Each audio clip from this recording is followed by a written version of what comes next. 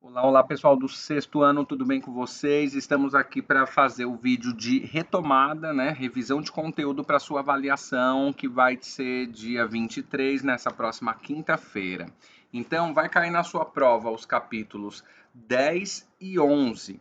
Vamos já começar com alguns recados. Se você estudar, fazendo anotações e entregar no dia da avaliação, suas anotações valem até 0,40 de ponto, tá bom? Então, anote e entrega no dia da avaliação. Se você está vendo esse vídeo, pega o link dele e envia para os seus colegas de sala no WhatsApp para que todo mundo também possa assistir e estudar.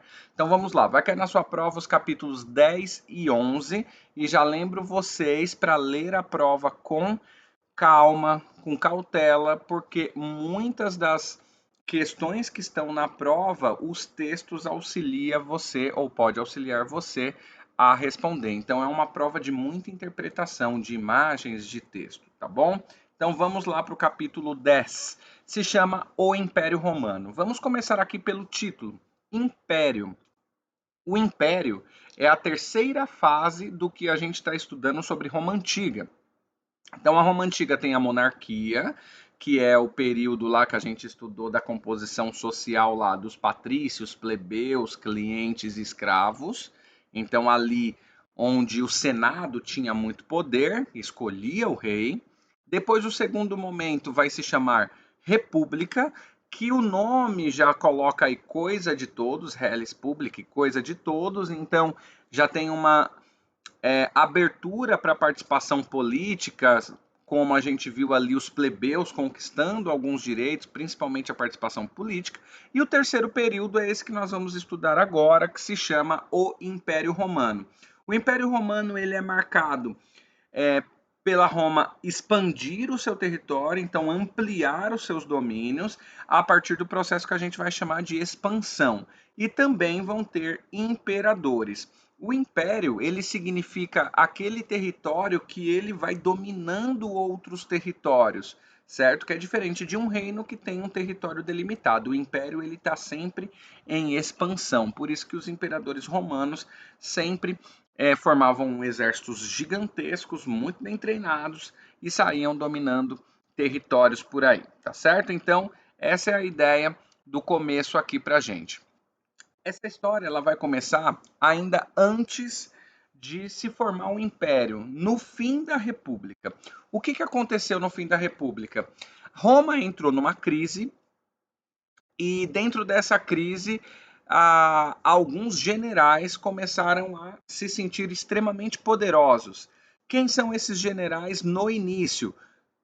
Caio Júlio César, Licínio, Crasso e Pompeu. Então vamos colocar aqui Júlio César, Crasso e Pompeu. Esses três homens, ali mais ou menos no ano 60 a.C., eles eram generais extremamente respeitosos e respeitados pelo povo, e eles, ao ver a crise de Roma, assumiram o poder de Roma, dividindo entre os três. Então isso vai se chamar de primeiro triunvirato. Com o passar do tempo,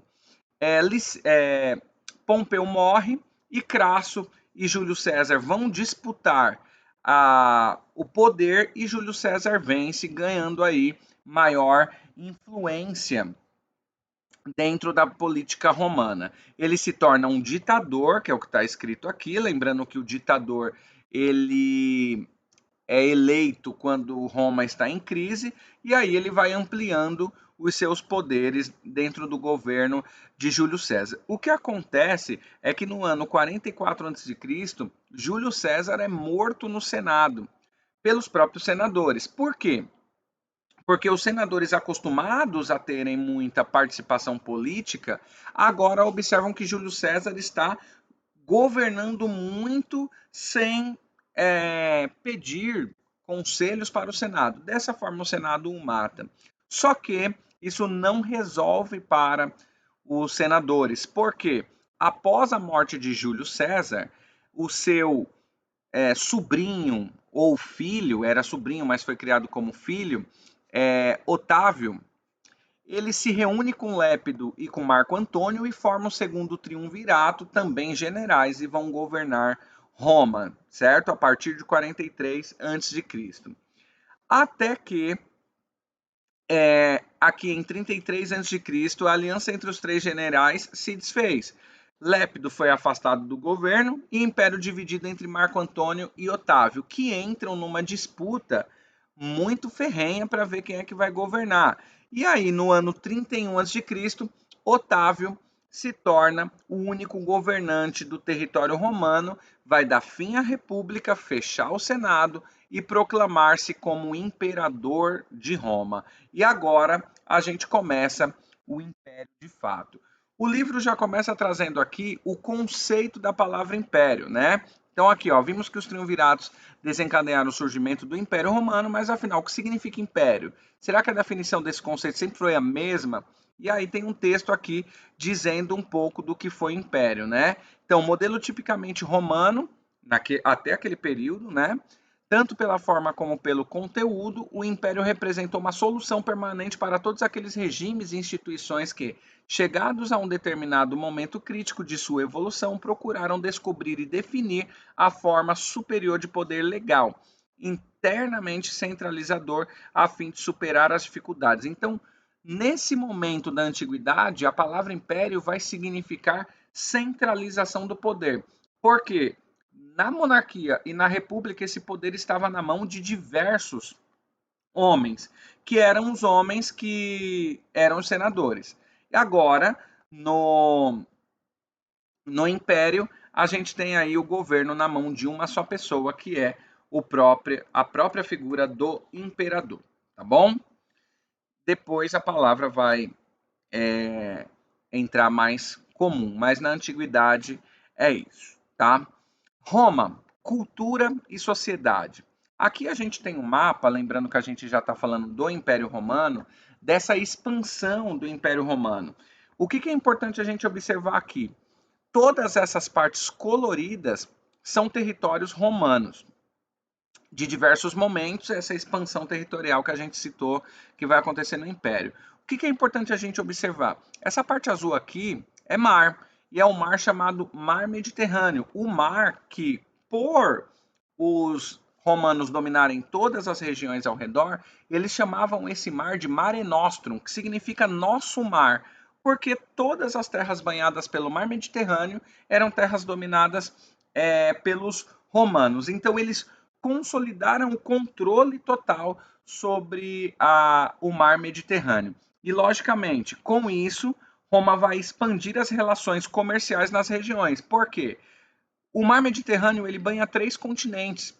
Então, ele banha a Europa, a África e aqui no cantinho direito, a Ásia. Então, isso faz com que Roma consiga pegar, por exemplo, produtos da Espanha e mandar direto ali para a Judéia, na Ásia, porque todo esse controle do mar Mediterrâneo é dos romanos, né? Então, cultura e sociedade. Quando a gente fala aqui em negrito a questão de romanização, significava que Roma invadia novos territórios, fazia desses povos seus escravizados e romanizava esses povos. O que significa? Fazia a imposição da sua cultura para esses povos locais. Então eles chegavam no lugar, dominavam, faziam esses povos escravizados e faziam com que esse povo seguisse a sua cultura, como, por exemplo, a língua, que aí colocava o latim como oficial, a religião, colocava sua religião como oficial, seu sistema político, sua educação, seu processo artístico de criação e por aí vai. Tudo isso é o processo de romanização que a gente vai ver. As mulheres romanas. Quando a gente estuda a antiguidade, nós vamos ver que muitas das sociedades, as mulheres não têm muitos direitos políticos e muitas vezes também não têm muita vida social. Na Roma, não era diferente. Roma era extremamente patriarcal. Isso significa que o homem que era o chefe da família, existia lá um título que se chamava pater familias, que era o homem que era o pai de toda a família, então o homem mais velho de toda a família era esse cara que decidia sobre a vida de todo mundo, tá bom? E aí, aqui traz um pouco sobre a história da Cleópatra, porque no final do Império Romano, ou no início do Império Romano, no final da República, perdão, Marco Antônio chegou a se casar com Cleópatra, assim como também Júlio César. Então, o Egito estava sob domínio do Império Romano e lá estava a Cleópatra. Então, de certa forma, a Cleópatra apresentava-se como uma mulher muito poderosa, que se distinguia muito da relação de que Roma tinha com as mulheres, tá? Mas na Roma, ou as cidadãs romanas, elas não tinham muito poder político. A gente chega no momento aqui de Pax Romana, assim que o imperador assume a assim como Otávio Augusto assume como imperador, assim que, né, começa um período de paz romana, poder centralizado. O que acontece? É um período de paz relativa, né? Lógico que tem alguns conflitos e tudo mais, mas visto que os povos das províncias onde se dominavam, eles estavam controlados pelo poder das armas, pelo poder bélico e pelo poder cultural romano. Então, como Otávio Augusto ele era um excelente general, ele, ao dominar um território, colocava tantos soldados dentro daquele território que os povos não se rebelavam. Então, Roma passou por um período aproximadamente de 200 anos de paz romana. E aqui está Pax com X, que vocês questionaram na aula, porque está em latim, tá bom? Aqui a gente tem uma imagem do Coliseu. Glória e turbulência no Império. Vamos lá, glória. A gente tem então 200 anos de relativa paz dentro do Império Romano. E a turbulência, por quê? Nenhum império dura para sempre. Então, o que vai acontecer para essa turbulência do império? A gente vai chegar ali, então, como eu disse para vocês, mais ou menos uns 200 anos. Então, aqui a gente já está no ano 284 e o livro mostrando aí o ano 301 já depois de Cristo, tá? Então, já se passaram mais ou menos 2 anos aí do início do governo de Otávio Augusto até aqui o período de crise. Por que se deu essa crise? A Roma parou de conquistar território, dessa forma parou de ter escravizados. Eram os escravizados que produziam comida e todo o trabalho na Roma antiga, então faltou abastecimento de comida e faltou trabalho. Isso faz faltar alimento, isso faz faltar salário para os funcionários, por exemplo, os soldados que faziam a defesa do território, e Roma entra em uma crise muito profunda. Uma crise do aumento dos preços, que está escrito aqui, o édito máximo dos preços, né? Tenta controlar os preços, porque o preço das coisas estavam subindo muito, isso se chama inflação, e também desabastecimento das cidades, começou a faltar produtos na cidade. Então, quando os produtos ficam raros, eles tendem a ficar mais caros, tá? Uma outra coisa que também estava acontecendo dentro do Império Romano, aumentando muito o número de cristãos, e os cristãos fazendo críticas ferrenhas ao Império Romano, porque era um governo extremamente violento, era um governo politeísta, era um governo muito diferente do que Cristo pregava. E os cristãos, então, também aumentaram esse coro para a tentativa ou para aumentar a crise do Império Romano.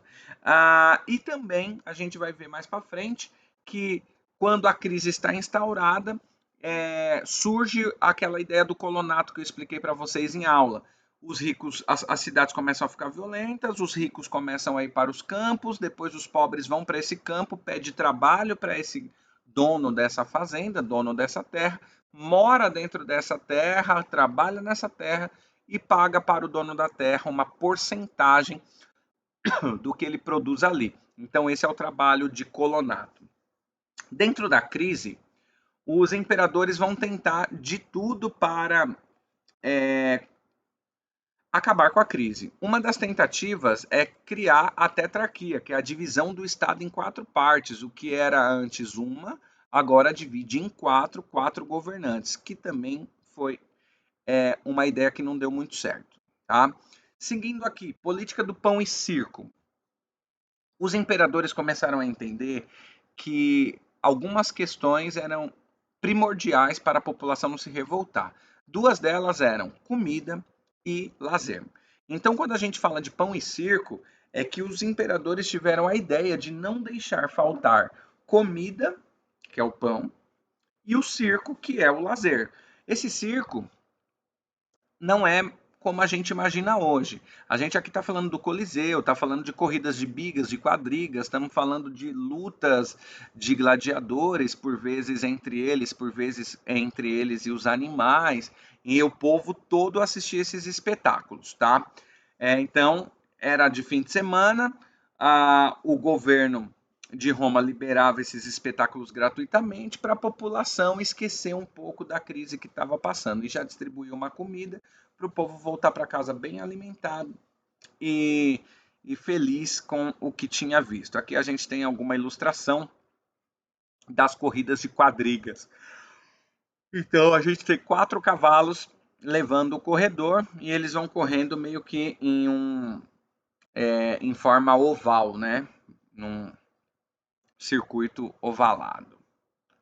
Aqui tem uma imagem ó, que dá para mostrar. Então eles vão correndo aqui em volta. Aqui mais ao norte tem o Coliseu. Então aqui eram as estruturas que onde havia o lazer. Aqui a gente vai falar de Calígula um pouco, mas na verdade o livro fala dele, mas eu não vou trazer para vocês o Calígula, porque a única coisa que a gente precisa saber do Calígula, e é bem importante, é que ele foi tido como um imperador louco, que já chegou até a nomear seu cavalo como senador. Então, e também a gente vai falar aqui de um outro muito rápido, que é Nero, que chegou a colocar fogo em Roma e colocar a culpa nos plebeus, tá bom? Então, só passando por aqui. A escravidão em Roma. A gente já conversou que existiam 2 formas de escravidão: escravidão por dívida e escravidão por guerra. Só quem podia ser escravizado por dívida eram os plebeus, mas isso acabou. Então, quando a gente fala de império, a escravidão ela é por guerra e os escravizados são as pessoas que vão produzir toda a riqueza de Roma. Tanto é que Roma vai entrar em crise por falta de escravizado, porque eram eles que produziam até os alimentos, tá? Ah, deixa eu ver algum ponto mais importante. O cristianismo. Eu citei para vocês aqui sobre a questão cristã, de eles fazerem pressão no Império Romano. Jesus Cristo nasce dentro dos domínios do Império Romano e é morto pelas leis do Império Romano na crucificação, que era uma pena comum dentro do Império Romano para traidores do Império. Por que Jesus foi considerado traidor? Por conta de suas ideias que contradiziam as ideias do imperador. Então, a ideia de paz quando o Império vive de guerra, a ideia de um Deus único quando o Império tem uma religião que é politeísta e o próprio imperador se considera Deus. Então, algumas dessas ideias reuniram muitas pessoas, mas também de outra forma chamou muita atenção das classes mais altas e ficaram extremamente magoadas, não sei, essa não é a palavra melhor para trazer aqui, mas acho que vocês entenderam, com essas ideias e tentaram combatê-la e combateram. Só que tem uma ideia interessante sobre o cristianismo dentro do Império Romano, porque ele foi perseguido até o ano de 313, quando o imperador Constantino, para tentar conter a crise, ele assina o Édito de Milão, que permite liberdade de culto para os cristãos. Então, a partir de 313, você podia assumir que era cristão no Império Romano. E ainda mais impressionante é que no ano 380, um outro imperador chamado Teodósio I assina outro documento chamado Édito de Tessalônica. Aqui ele coloca o cristianismo como religião oficial do Império Romano. Então todo mundo deveria ser cristão a partir do ano 380. E aí, quem não era cristão era colocado como pagão. Então quem cultuava ainda os deuses antigos romanos eram colocados como pagãos e eram perseguidos dentro do império. Então o cristianismo sai de perseguido para liberto e depois para oficial. Tá bom? No capítulo 11, que se chama Da Antiguidade à Idade Média, a gente só vai falar da Antiguidade. A parte da Idade Média nós não vamos cobrar na avaliação. Então olha bem no roteiro, não vamos até a última página desse capítulo. No capítulo 11, a gente vai falar desse fim do Império Romano, dessa crise que vai gerar um outro momento aí depois, que a gente vai sair da Idade Antiga, né? e vai entrar na Idade Média, mas isso é assunto para as próximas aulas. Então, dificuldades de administrar um vasto império. Quando a gente fala do Império Romano, desse período do Império Romano, a gente chama duas partes, Alto Império Romano e Baixo Império Romano. O Alto Império Romano é o primeiro momento das conquistas militares, da expansão territorial, de chegar a ser gigantesco e dominar três continentes ali, partes de três continentes.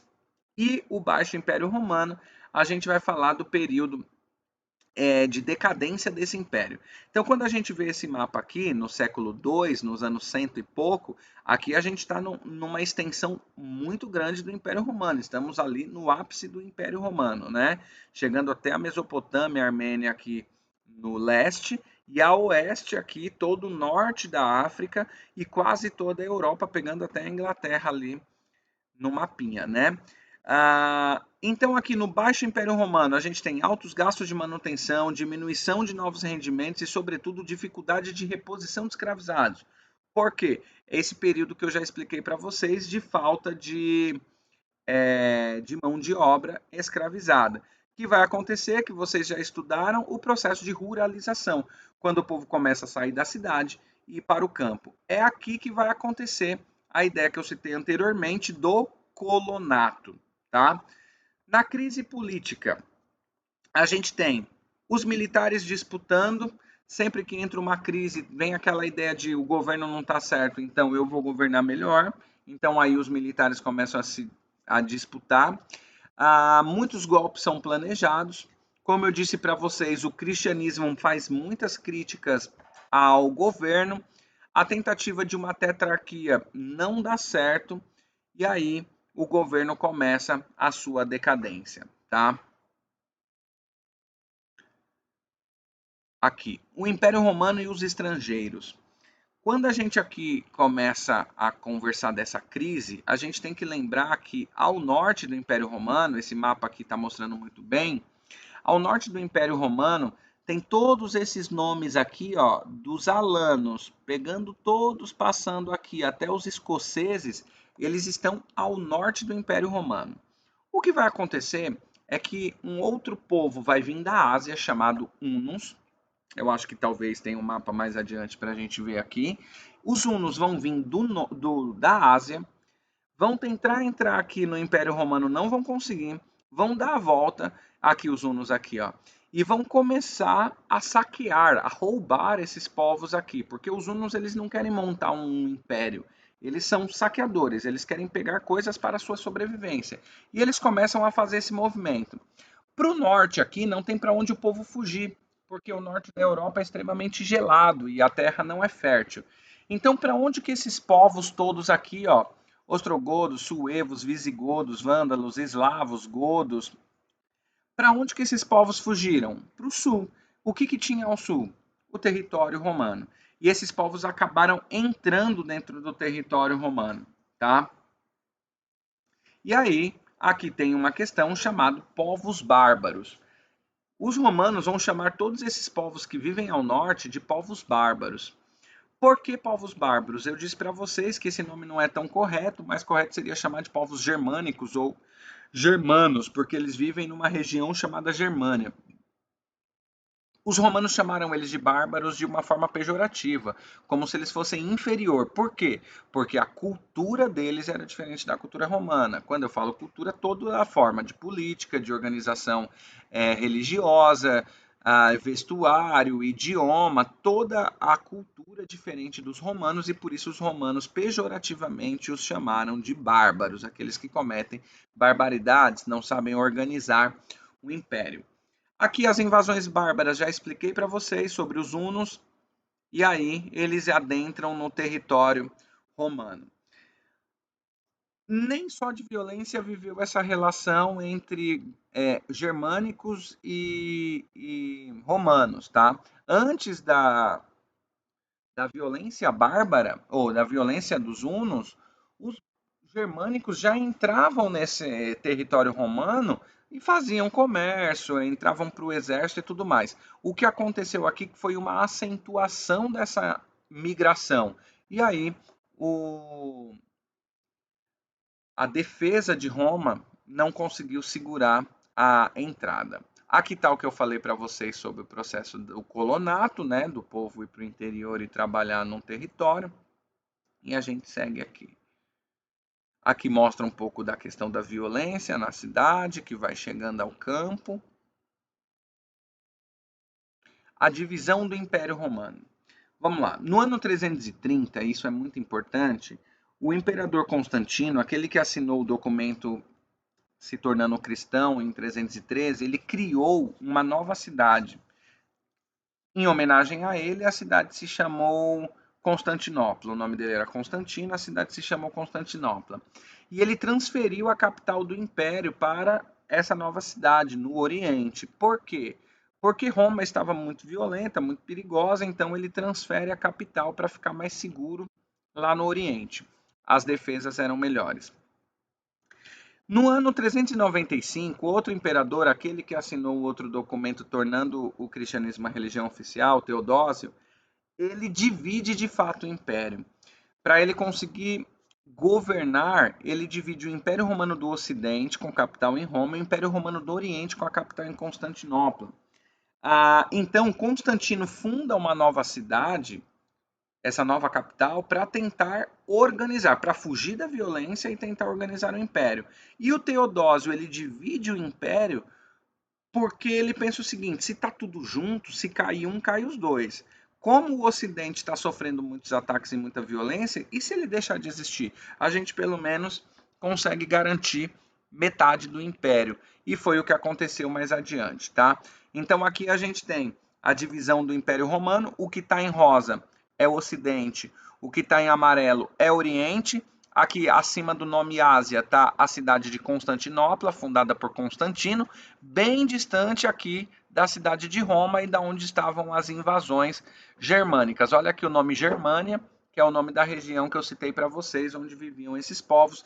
Esse mapa já mostra a invasão ou a ocupação desse território, tá bom? Agora, para a gente finalizar, a gente vai falar do Império Bizantino e o governo Justiniano. O governo bizantino, o Império Bizantino, vai ser o Império Romano do Oriente, porque o Ocidente deixou de existir no ano 476 e essa parte amarela continua existindo e eles chamam esse território de Império Bizantino, porque onde foi criada Constantinopla antes era uma cidade chamada Bizâncio, tá? Então vamos lá. Sobre Justiniano, ele foi o imperador mais famoso do Império Bizantino. Ele tem a ideia de retomar o território que Roma perdeu, então ele faz uma guerra de reconquista, se une com a Igreja Católica, expande território, só que não consegue expandir tanto assim o território. O governo de Justiniano também ele é muito importante, porque ele cria várias coisas, entre elas o maior legado romano que nós temos é o Código de Justiniano, então é o Código Juris Civilis, quando a gente fala de leis e tudo mais, então essa é a maior referência que nós temos da antiguidade. E diversas outras coisas nós vamos herdar dos romanos, não só dos romanos, porque os romanos também herdaram muito dos gregos. Então, já cabe a gente pensar aqui, por que as culturas gregas e romanas são importantes para a formação do Ocidente, por exemplo, da onde nós estamos hoje no Brasil? Primeiro, o direito, que está sendo citado aqui, as heranças culturais, por exemplo, como o latim, nós falamos hoje português, que é uma língua derivada do latim, que aparece aqui, a língua latim. Nós temos a arquitetura, nós temos a engenharia, o teatro e diversas outras questões que nós herdamos dessas culturas que a gente vai chamar de greco-romana aqui. Voltando aqui para o texto, quando o império é dividido em 395, a igreja ela fica com duas filiais, uma em Constantinopla e a outra em Roma. Porém, no ano 1054, já muito tempo adiante, a Igreja Católica tem um rompimento, que a gente vai chamar de Cisma do Oriente, ficando uma igreja no Ocidente, que é a Igreja Católica Apostólica Romana, e outra igreja no Oriente, que é a Igreja Católica Ortodoxa Grega. Tá? No lado oriental, a, a igreja, como era um recomeço, ela não tinha muita verba para se sustentar. E ela começou a produzir ícones, que são imagens. E aí surgiu uma denúncia de que padres e monges estavam enriquecendo pela venda desses ícones. E dessa forma, a gente tem esse movimento da questão iconoclasta que está aqui na tela, que era pessoas que destruíam essas imagens. Uma porque os padres e monges, alguns, né, estavam enriquecendo, e outra porque eles tinham a ideia de que as pessoas, ao idolatrar a imagem, perdiam a conexão direta com Deus. Então, essa idolatria às imagens foi uma questão muito questionada dentro do Império Romano. E nós paramos por aqui, pessoal. Então, vai cair para vocês até a página 383 do capítulo 11. Tá certo? Vou ficando por aqui. Bons estudos para vocês e a gente se vê na quinta-feira na prova. Abraço.